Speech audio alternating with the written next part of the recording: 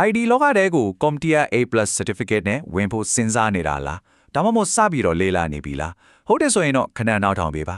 2025မှာအချီးစားပြောင်းလဲမှုတစ်ခုလာနေပြီမို့တိထားရမယ့်အရေးကြီးတဲ့အချက်တွေကိုအခုပဲပြောပြတော့မှာပါဒီမေကွန်းကအခု IT လောကတဲ့ကိုခြေချဖို့စ조사နေတဲ့သူတွေအတွက်တော်တော်လေးအရေးကြီးတဲ့မေခွန်းတစ်ခုဖြစ်မှာပါကိုယ့်ရဲ့လေးလာနေတဲ့လမ်းကြောင်းကိုဘယ်လိုဆက်သွားမလဲဆိုတာဆုံးဖြတ်ချက်ချရမယ့်အချိန်တစ်ခုကိုရောက်လာပါပြီဟုတ်ပါတယ်အဓိကသတင်းကတော့2025မှာ CompTIA A+ စာမေးပွဲ syllabus အသစ်ထွက်လာတော့မယ်ဆိုတာပါပဲ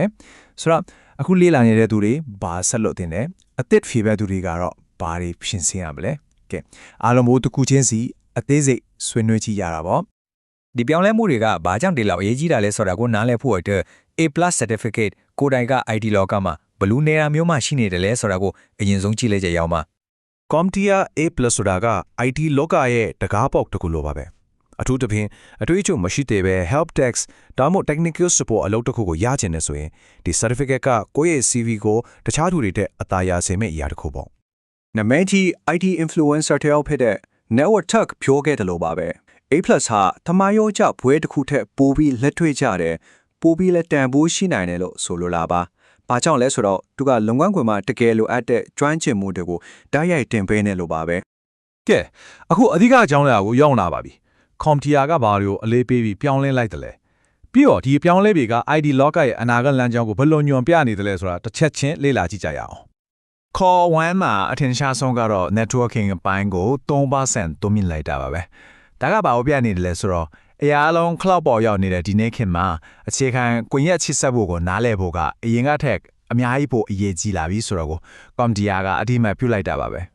အသေးစိတ်ကြည့်မယ်ဆိုရင် mobile devices မှာဆိုရင်ဝန်ထမ်းတွေကကိုယ့်ဖုန်းကိုယ့် laptop ကိုအလုံးမသုံးတဲ့ BYOD policy တွေကိုပို့အလေးပေးလာတယ် networking မှာဆိုရင်ခင်မိတဲ့ IPv6 ကိုပို့ဦးစားပေးလာပြီး hardware မှာတော့နေရာတကာမှာသုံးနေတဲ့ USB-C ကိုအဓိကထားပြီး VGA လို port ဟောင်းတွေကို short ချလိုက်တာတွေ့ရမှာပါခေါ်ထူးမှာတော့အားလုံးမျှော်လင့်ထားတဲ့အတိုင်းပါပဲ security ဘိုင်းကို 3% တိုးမြင့်လိုက်ပါတယ်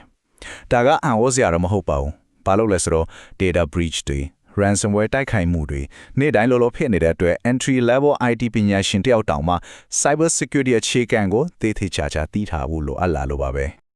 ဒီမှာတော့ပိုပြီးစိတ်လှုပ်ရှားစရာကောင်းတဲ့အပြောင်းလဲတွေတွေ့ရပါမယ် Operating systems မှာ Windows 11ကအဓိကဖြစ်လာတယ် Security မှာဆိုရင် Zero Trust Model လို့ခေါ်တဲ့ဘယ်သူကိုမှမယုံကြည်ရဆိုတဲ့မူဝါဒ QR code ကနေတစ်ဆင့်လိမ်လည်တာတွေနောက်ပြီး supply chain တိုက်ခိုက်မှုတွေလို့ kit ပေါ်ချင်းချောက်မှုတွေအများကြီးပါလာပါတယ်အထူးခြားဆုံးကတော့ operational procedures မှာ artificial intelligence AI ရဲ့အခြေခံသဘောတရားတွေကိုထည့်သွင်းလာတာပါပဲဒါက IT ရဲ့အနာဂတ်ဟာ AI နဲ့ကင်းခွာလို့မရတော့ဘူးဆိုတာကိုရှင်းရှင်းလင်းလင်းပြလိုက်တာပါပဲကဲ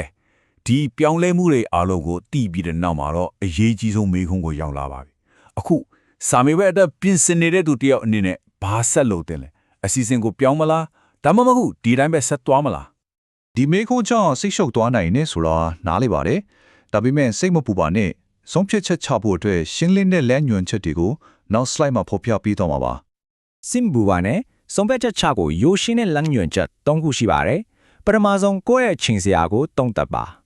CompTIA ကစာမေးခွဲအဟောင်းကိုချက်ချင်းမရက်ပဲလာပေါင်းများစွာချိန်ပေးလိမ့်ရှိပါတယ်ဒါကြောင့်အခုဆက်လက်လာနေတဲ့ရင်အောင်ငင်ဖို့အချိန်အလုံးရှိနေပါသေးတယ်အရေးကြီးဆုံးကတော့တင်ယူထားတဲ့အခြေခံအသိပညာတွေကဘယ်စာမေးခွဲမှာမဆိုအထုံးဝင်နေမှာဖြစ်လို့ဘယ်တော့မှအလကားမဖြစ်ပါဘူးဒီအချက်ကတကယ်ကိုအရေးကြီးဆုံးပါပဲကိုယ့်ရဲ့ certificate မှာဘယ် version ကိုဖြည့်ထားလဲဆိုတာရေးမထားပါဘူးအလုပ်ရှင်တွေက A+ certified ဆိုတာကိုပဲမြင်မှာပါဒါကြောင့်လက်ရှိ version ကိုဖြည့်လိုက်ရလို့အလုပ်ကွာရဲ့ခွင့်လန်းနှဲသွားမှာကိုလုံးဝစိုးရင်စရာမလိုပါဘူးဒီလောက်လေ့လာပြီးစာမေးပွဲဖြေပြီးတဲ့နောက်မှာတော့ A+ certificate ရဲ့တကယ်တန်ဖို့ကဘာလဲဒီလိုအချိန်နဲ့ငွေကိုရင်းနှီးမြှုပ်နှံလိုက်တာကကိုယ့်ရဲ့အနာဂတ်အတွက်တကယ်ရောထိုက်တန်ရဲ့လားစာမေးပွဲနှစ်ခုပေါင်းတဲ့ကုန်ကျစရိတ်ကဒေါ်လာ9,000ဝန်းကျင်ရှိပါတယ်ဒါကမနည်းတဲ့ပမာဏပါဒီတော့ဒီငွေပမာဏနဲ့အချိန်ကိုရင်းနှီးမြှုပ်နှံလိုက်ရင်ပြန်ရမယ့်အကျိုးမဲ့ကတော့ဘာတွေဖြစ်မလဲ A+ ရဲ့တန်ဖိုးကိုနှစ်ပိုင်းခွဲကြည့်လို့ရပါတယ်တစ်ပိုင်းကသင်ယူမှုဖိစံကနေရတဲ့အသိပညာပါဒါက IT ရဲ့နေပေဆုံးကိုမီးစမ်းခွင့်ရတဲ့ IT buffet လို့ပါပဲကိုယ်ပဲဘက်ကိုဝါသနာပါလဲဆိုတာရှားတွေ့လိုက်တယ်နောက်တစ်ပိုင်းကတော့ certificate ကိုယ်တိုင်ပါပဲဒါက CV မှာထည့်ယူဖို့ပထမဆုံးအလုပ်ကိုရဖို့အတွက်တကားဖွင့်ပေးတဲ့တော်တစ်ချောင်းလိုပါပဲ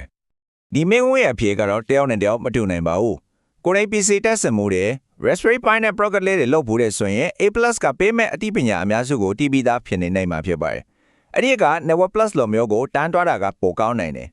ဒါပေမဲ့အတွေ့အကြုံလုံးဝမရှိဘဲအလုပ်တစ်ခုရဖို့ရုန်းကန်နေရတဲ့ဆိုရင်တော့ A+ က interview အခန်းထဲရအောင်ပို့ပေးမဲ့လက်မှတ်တစ်ခုဖြစ်လာမှာပါ ဒါကြောင့် A+ ဆိုတာပန်းတိုင်မဟုတ်ပါဘူးဒါကခီးရဲ့အစတင်ထွက်ခွာရမယ့်နေရာလာဖြစ်ပါတယ်ဒီခိုင်မာတဲ့အခြေခံကိုရပြီးတဲ့နောက်မှာ networking ဘက်ကို set တော်မလား security ရဲ့စင်ခေါ်မှုတွေကိုရင်ဆိုင်မလားဒါမှမဟုတ် cloud လောက်ခတဲ့ကိုခြေချမလားကိုယ့်ရဲ့ idea နာကကိုဘလို့ပုံ form လဲဆိုတာကတော့အခုမှပဲစတင်တော့မှာပါ